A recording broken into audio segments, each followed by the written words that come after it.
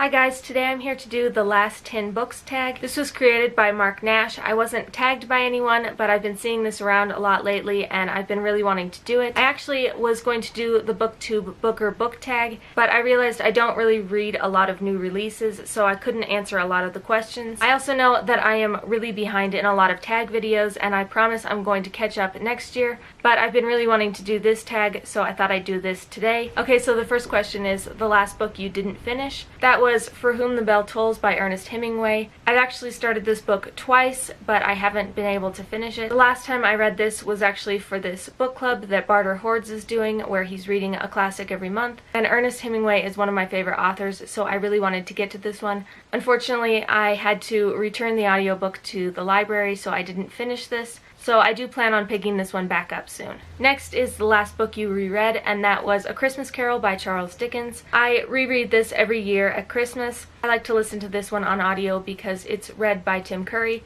and this copy of A Christmas Carol is from the early 1900s, so I don't like to flip through it. Question 3 is the last book that you bought, and I just did 2 hauls on my channel, so if you're interested to see what I've just recently bought, you can go check those videos out. Question 4 is the last book that you said you read but you didn't, and I really don't have an answer for this one. I'm pretty honest when it comes to reading. I don't really lie that I've read a book, so I don't really have an answer for this one. I'm sorry. Next question is the last book that you wrote in the margins of. I don't like to write in my books, so I've never done this, but I do like to mark up my books with sticky tabs, and I think the last one I put in was Peter Heller's Kook. This is a nonfiction by one of my favorite authors, and it's about him learning to surf. I really enjoyed this book, and I did put some sticky tabs in this one. Question 6 is the last book you had signed, and that was The Glass Forest by Cynthia Swanson. I actually just hauled this one because I just got it recently, and I did get this one signed. Question 7 is the last book you lost, and I couldn't think of one for this one either. I am pretty good at keeping track of all of my things, especially my books. Question 8 is the last book you had to replace, and again, I couldn't really think of one for this, but I decided to choose the Game of Thrones books. I really love these really big floppy editions, but pretty much all I can find are these short ones, which are okay. I think they're cute altogether,